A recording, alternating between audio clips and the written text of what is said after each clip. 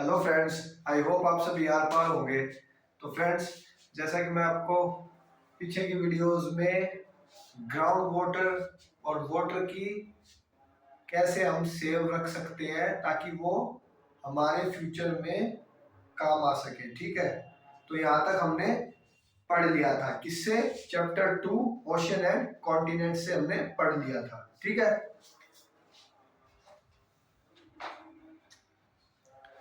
तो अब जिनको पेज नंबर 31 निकाल लो सभी, और हम अब ओशियन से पढ़ेंगे क्योंकि इससे ऊपर तक मैं तुम्हें पढ़ा के आ चुका हूं। On the world map in figure 2.3 on page 32 we can observe 5 oceans। देखो इस फिगर में आप देख सकते हो 5 ओशियंस है हमारे। कितने ओशियंस है? 5, ठीक है। वो कौन कौन से हैं? पैसिफिक ओशियन है, अटलांटिक ओशियन है, इंडियन ओशियन है और आर्कटिक ओशियन है, और जो जो लास्ट है वो कौन है? साउदर्न ओशियन, जिसको एंटार्क्टिक ओशियन भी हम बोल देते हैं, ठीक है। इतना उसने बताया है। Although we have listed 5 oceans, हमने क्या किया? 5 ओशियंस को लिस्टेड किया। It is clear from the map that they are not really separate. अब तुम देख सकते हो कि क्या ये ओशियंस सेपरेट थोड़ी है। एक ओशन का पानी दूसरे ओशन के पानी में भी तो जा रहा है, तो ये सेपरेट नहीं है, ठीक है। The lines that divide them on the map are no more than conventions। ये लाइन कुछ नहीं है, सिर्फ एक कन्वेंशंस है। कन्वेंशंस होता है जो ह्यूमन ने मैप की स्टडी करने के लिए अपने मन से कोई विचार प्रकट की हो, अपने मन से किसी विचार को प्रकट करना ताकि उसे समझने में कोई आसानी हो सके, उसे क्या कहते हैं? हम कन्वेंशंस कहते हैं, ठीक है। The natural world doesn't follow such boundaries. वही बात जो मैंने तुम्हें कल की वीडियो में बताई थी कि नेचुरल जो वर्ल्ड होता है वो ये बाउंड्रीज फॉलो नहीं करता। Sea water for example constantly flow across different ocean. जैसे कि सी वाटर हो गया, सी का पानी हो गया, जो क्या करता है? एक ओशन से दूसरे ओशन पर बहता रहता है, ठीक है। एक ओशन से दूसरे ओशन पर जाता रहता है। For example, constantly flow across different oceans, sustaining a rich diversity of marine life। जो कि फ्लो करते करते क्या करता है? जो मरीन लाइफ है, जो समुद्र के नीचे की जो लाइफ है, उसको क्या करता है? क्या करता है? फ्लो करता है, यानी कि उसको देखने को, उसमें जो रिच डाइवर्सिटी है वो हमें देखने को मिलती है। Many plant and animal species can be found across multiple oceans। अब तुम सभी जानते होंगे कि पानी बिल्कुल ब्लैंक तो है नहीं, उसके अंदर एक्वेटिक एनिमल्स भी तो रहते हैं, प्लांट्स भी तो होंगे, तो वो क्या होते हैं? उनकी हम देखने को हमें मिलते हैं। The marine flora includes tiny plants called algae and all kinds of seaweed। अब भाई देखो, दो वर्ड्स तुम्हें क्लियर होना बहुत जरूरी है। एक होता है फ्लोरा और एक होता है फोना, ठीक है। देखो, ये मैंने इंडिया का साउथर्न पॉइंट बनाया है। क्या बनाया? इंडिया का साउथर्न पॉइंट, ठीक है।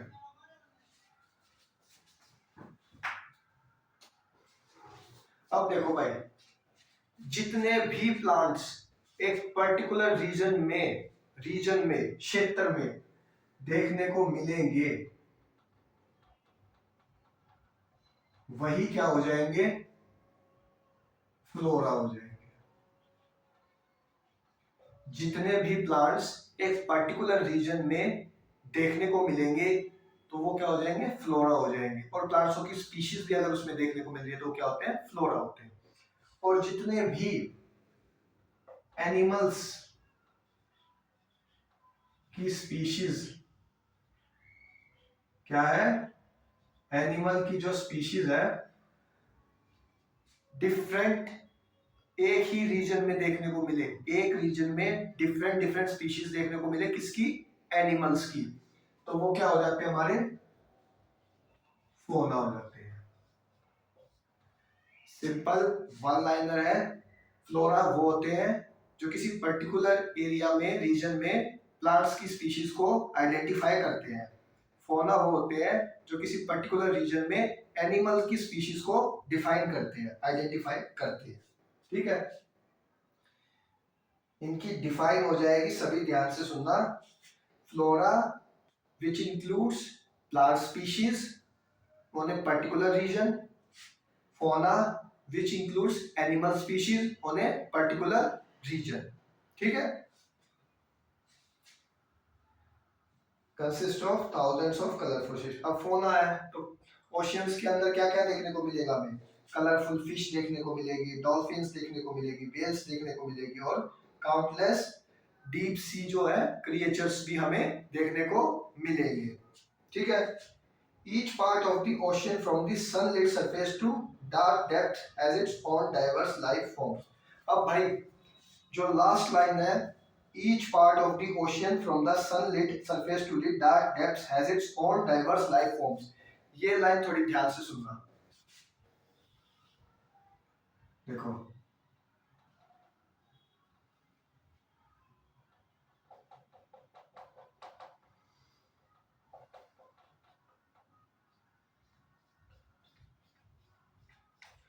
ये क्या है, तुम्हारा सन है। ठीक है, जब इसकी क्या कहते हैं किरणें पड़ेगी, क्या पड़ेगी? किरणें, तो इतने फ्लो तक ही रहेगी, सूरज तो है इतना ही दिखेगा।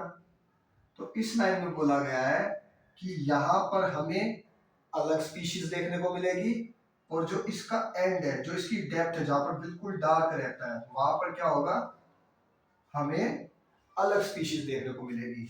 तो इसी में उसने लाइन में बोला है sunlit surface to dark depth, यानी कि सन के जहां पर सूरज का प्रकाश पड़ रहा है वहां से लेकर जहां पर सूरज का प्रकाश बिल्कुल नहीं पड़ रहा, वहां पर हमें अलग अलग स्पीशीज देखने को मिलेगी। ठीक है, अब देखना भाई, ये फिगर सभी ने देख ली। अब देखो, जो तुम्हें ये ब्लिंक ब्लिंक लाइन दिख रही है ना, ये इक्वेटर है। क्या है? इक्वेटर है।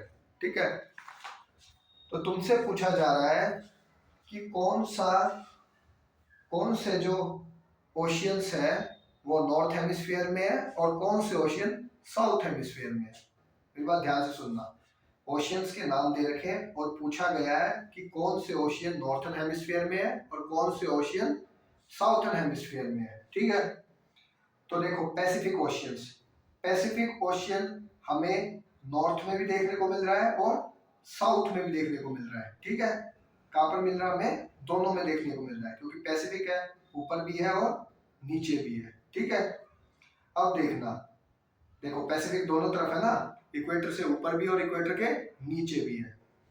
फिर है अटलांटिक ओशन, अटलांटिक ओशन देखो इक्वेटर के ऊपर भी है और इक्वेटर के नीचे भी है। तो क्या हो गया, अटलांटिक ओशन जो है नॉर्थर्न हेमिस्फीयर में भी आता है और साउथर्न हेमिस्फीयर में भी आएगा। फिर उसके बाद बारी आती है इंडियन ओशन। इंडियन ओशन देखो अपर में भी है और लोअर में भी है, इक्वेटर के ऊपर भी है और इक्वेटर के नीचे भी है। फिर उसके बाद बारी आती है साउथर्न ओशन की। अब देखना भाई, साउथर्न ओशन जो है वो इक्वेटर के नीचे है, ऊपर नहीं है। तो ये कहाँ पर हो जाएगा? साउथर्न हेमिस्फीयर में हो जाएगा। साउथर्न हेमिस्फीयर और नॉर्थर्न हेमिस्फीयर क्या होते हैं, ये मैंने तुम्हें एक शॉर्ट में बता रखा है अपने ही चैनल पर, देख लेना।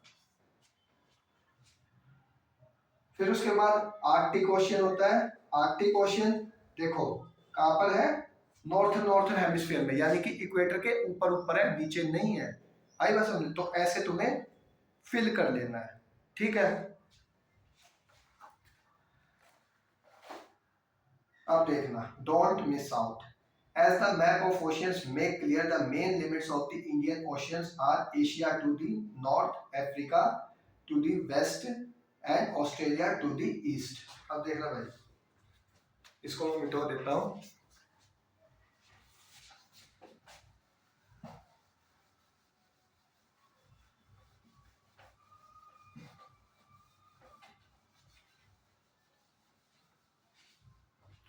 हमारा जो इंडिया है ना, मान लो हमारा ये इंडिया है। ठीक है,